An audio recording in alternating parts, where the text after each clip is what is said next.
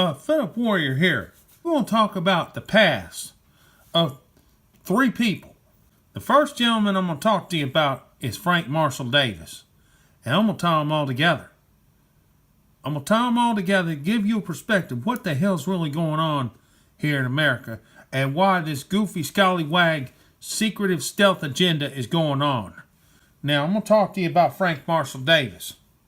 He began his career as an African-American newspaper in Chicago. His poetry was sponsored by the WPA, which is the Works Progress Administration, under FDR's New Deal programs. Davis here in the late 40s promoted the ideal of raceless society based on his belief that race is a biological or social construct was illogical and a fallacy. He became a member of the Civil Rights Congress between 47 and 48. He was a supporter of Henry Wallace's Progressive Party. I'm going to tell you some ups and downs with Henry Wallace, okay?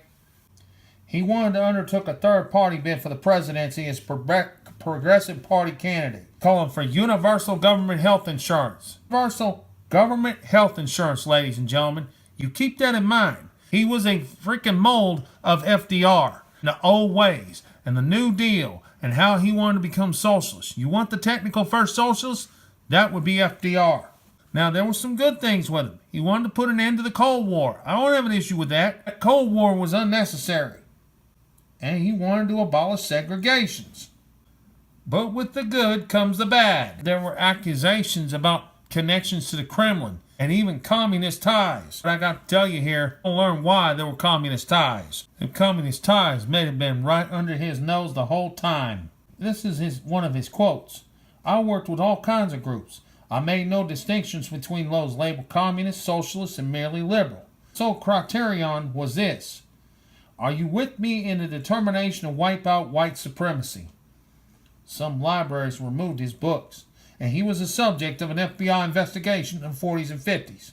John Edgar Tidwell stated that Davis was a closet member of the Communist Party. Give me just a second. I've got a video for you to see. But this place wasn't free of problems. What was the ILWU up to at that time? It was more of a class situation than a racial situation, was it? What was it like? Well, the ILWU was combining all of the workers who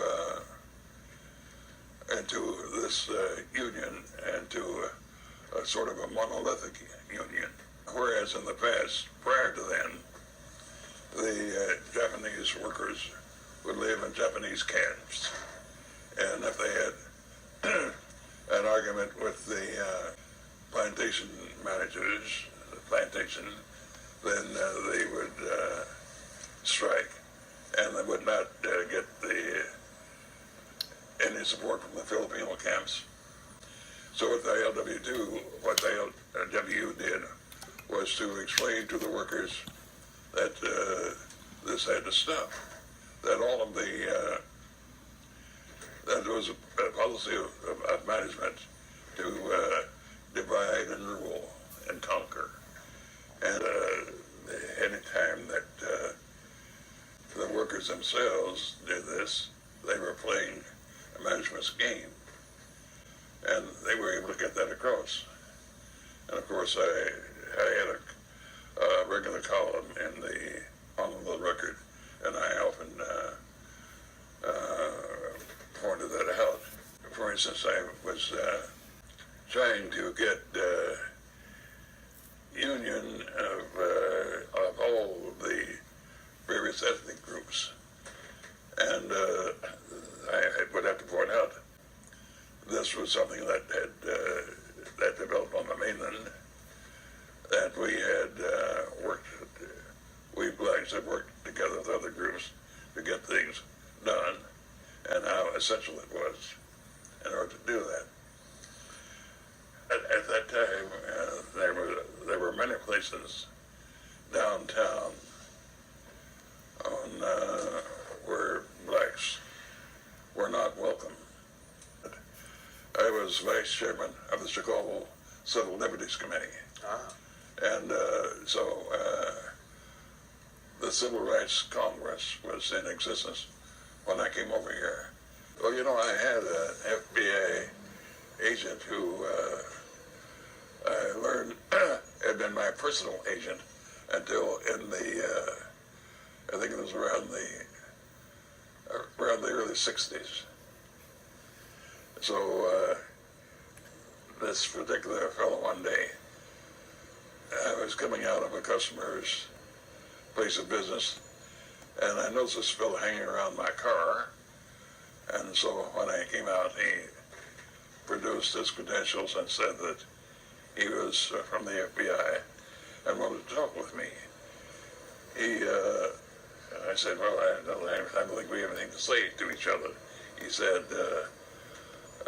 next day, a couple of days, when you take your lunch at Kapiolani Park, at that time I used to go to a stand there and buy food. I will see you then.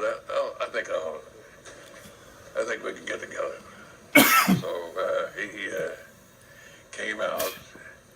He was accompanied by another fellow with a briefcase. I'm pretty certain the briefcase had a tape recorder in it, and the fellow who had originally asked me to see him told me that I know that you used to be a communist, but what made you change your mind? Why did you leave the party? And I said, wait a minute. If I say I left the party, that would indicate that I had been a member of the Communist Party, and I have never told anybody that. So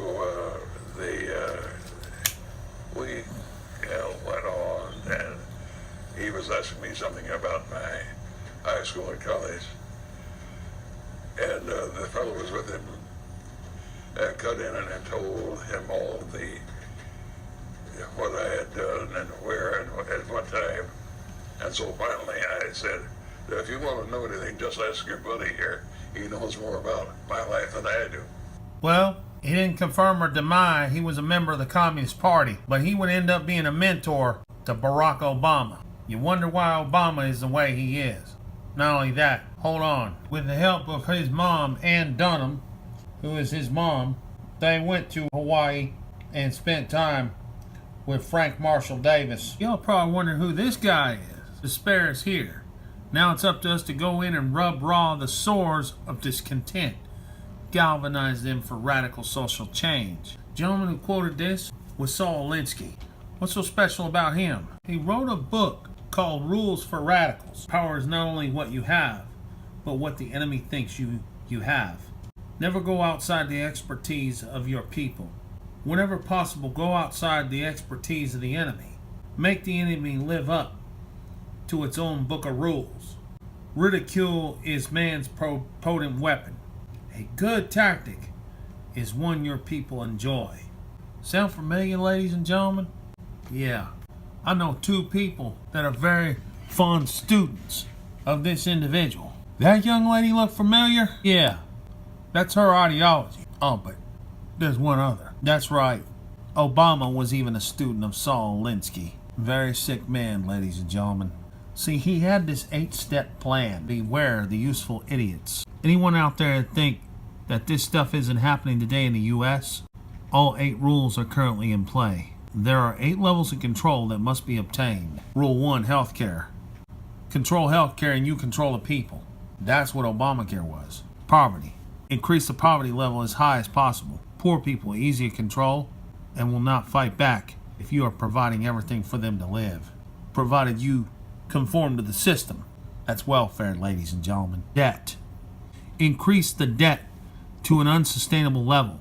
That way you are able to increase taxes and this will produce more profit. Increase the debt to an unsustainable level. That way you are able to increase taxes and this will produce more poverty. Because if people are too busy paying into the damn tax system, they ain't got the money to live, let alone survive. Gun control. Remove the ability to defend themselves from the government. That way you are able to create a police state. Obama was damn close to succeeding. Husband, Bill, passed laws enforcing gun control. Welfare. Take control of every aspect of their lives, food, housing, and income. If It's all under the welfare programs, Section 8, food stamps, cash assistance. These people are at your mercy because for them to keep that going, they have to do what they're told. It's education. Take control of what people read and listen to. Take control of what children learn in school. You teach them as kids, indoctrinate the ideologies. They grow up as adults, and that's all they know. Religion. Remove the belief in the God from the government and schools. Move that. You create a situation where you're indoctrinating these kids. They don't care about God. They fall from grace. Why do you think the political correctness has stepped in? Taking God out of one nation under God from the Pledge of Allegiance. God bless the USA. Forbidden thing to say.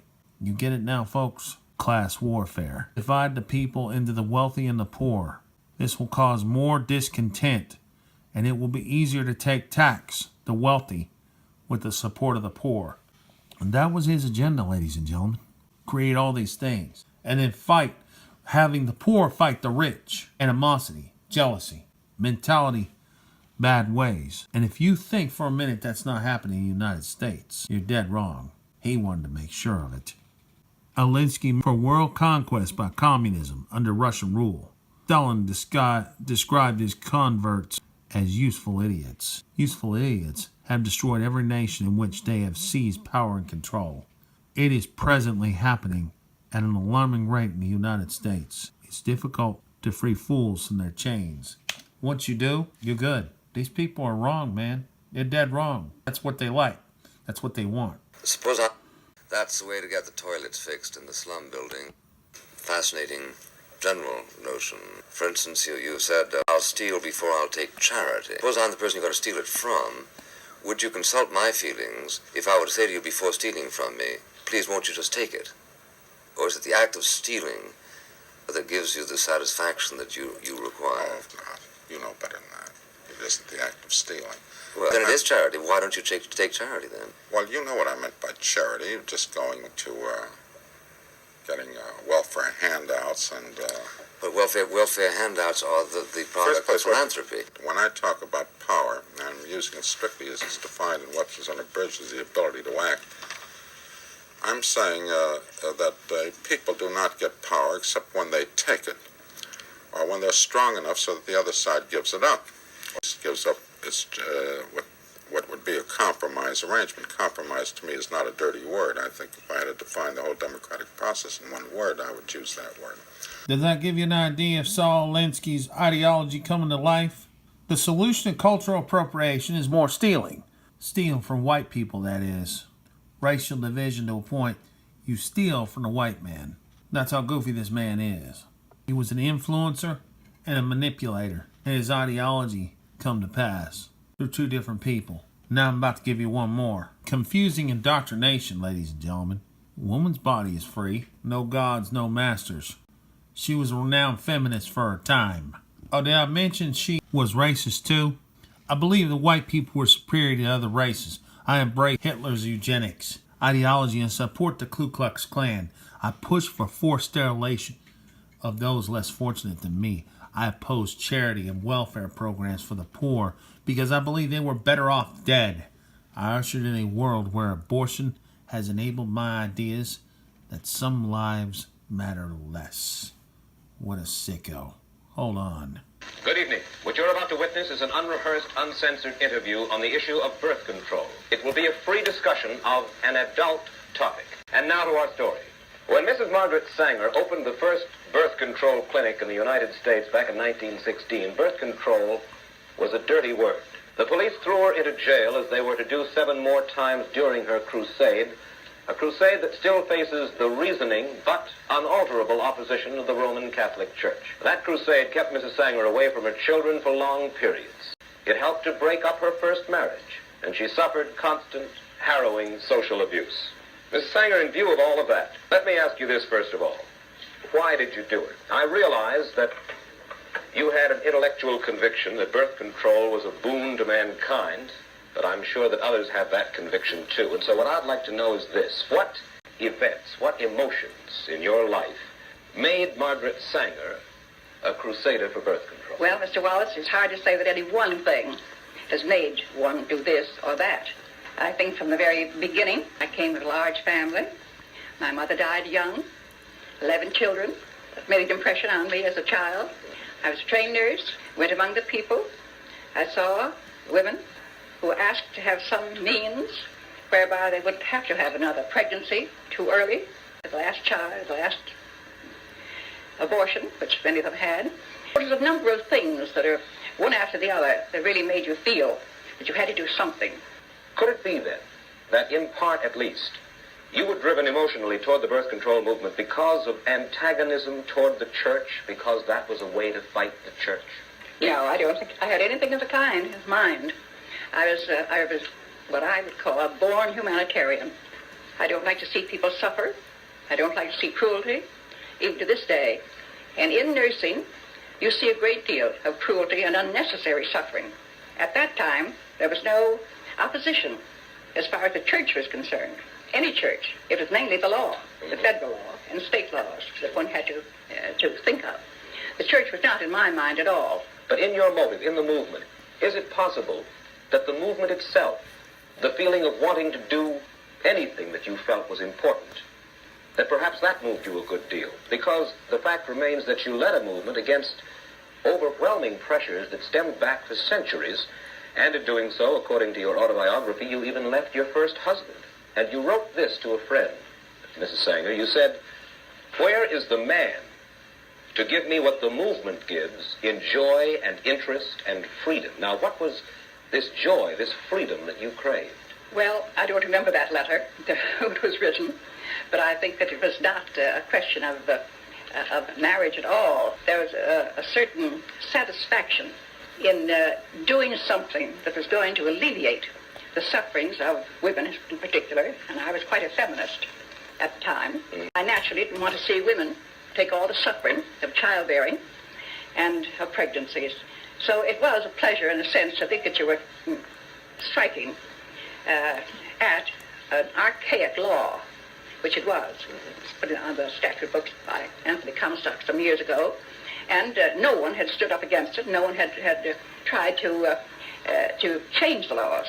And at that time, not even a doctor had a right to use the United States mails and common carriers for books, for learning, for anything that he had to do with this question. It was considered obscene. The whole question was considered obscene. Mrs. Sanger, you have helped to spread the birth control movement not only here in the United States, but in Europe and the Orient as well. Why? Why is birth control of such vital importance internationally? Is it just to save women's suffering? Is that the only reason in your mind? Well, not entirely. The population question is a great concern today, and the rate at which the births come in to we're saving them now. At one time, when children died, they didn't have the food. Today, our population all over the world is getting certainly better consideration and better conditions than they had at the time that I was there. I went to every country because I was invited. And I didn't go into the country myself. I was invited to go to Japan and to speak there, have 8 lectures on the question of birth control and peace. Do you feel that birth control is essential to keep millions of people across the world from starving? Well, I think the birth control, if you keep your population more or less static until you pick up your resources, certainly you'll prevent their starving. What's more important, birth control or picking up the resources? Well, picking up the resources, there's just a limit to that, too. There's just so much. Take Japan. And she cannot feed. They've had the best experts come there when MacArthur was there. And the best experts have said they have 20 million more people than they can feed. She's got to be fed outside in some way. She's got to have that kind of help if she's going to keep them. Privilege when I was told that I would receive this award. I admire Margaret Sanger enormously. Her courage, her tenacity, her vision. Another of my friends, Ellen Chesler, is here, who wrote a magnificent biography of Margaret Sanger called Woman of Valor. And when I think about what she did all those years ago in Brooklyn. If you think for a minute Margaret Sanger had any intention of saving the black community, I've got some oceanfront property in Arizona I want to sell you. She was pro-KKK, pro-white supremacist. She had to do something, and something very quick. She started a euthanasia project. Its target was black Americans. Her program called for women to receive birth control advice in various situations. The woman or man had a transmittable disease such as insanity, feeble-mindedness, epilepsy, syphilis, etc. Children are already born were subnormal or feeble-minded. Fathers' wages were inadequate to provide for more children. Sanger said such a plan would reduce the birth rate amongst the diseased, the sickly, the poverty-stricken, and the antisocial classes, climates unable to provide for themselves, and the burden of which we are all forced to carry. Sanger had openly embraced euthanasia eugenics and shaped her actions for the coming years. Negro Project, the ABCL laid out the groundwork for a clinic in Harlem, largely black section of New York City. It was the dawn of the Great Depression. Gamble wrote a memorandum in November 1939 entitled Suggestions for the Negro Project, in which he recognized that black leaders might regard birth control as an extermination plot. He suggests black leaders be placed in positions where it would appear they were in charge. Sanger's reflections reflect Gamble's ambivalence of having blacks in authoritative positions. I note that you doubt it worthwhile to employ a full-time Negro physician. It seems to me, from my experience, that while the color, they have great respect for white doctors. They can get close to their own members, more or less lay their cards on the table, which means they're ignorant, superstitions, and doubts. They don't do this for white people. And if we can train the doctors at the clinic, he can go among them with the euthanism and knowledge will have far-reaching results among the colored people. Use the black community against them as a way to have their own kind, to have their own race bring them down. That's how bad this was, folks. Do you think she cared? She didn't care. She had her agenda. That's the bottom line. In my conclusion, the three most influential people to Barack Obama, Hillary Clinton, Margaret Sanger, Saul Alinsky, Frank Marshall Davis. They believe in socialism. They believed in defying a free system, and they wanted to control a population that would affect millions over time. Folks, if you can, please share the video. Thank you very much.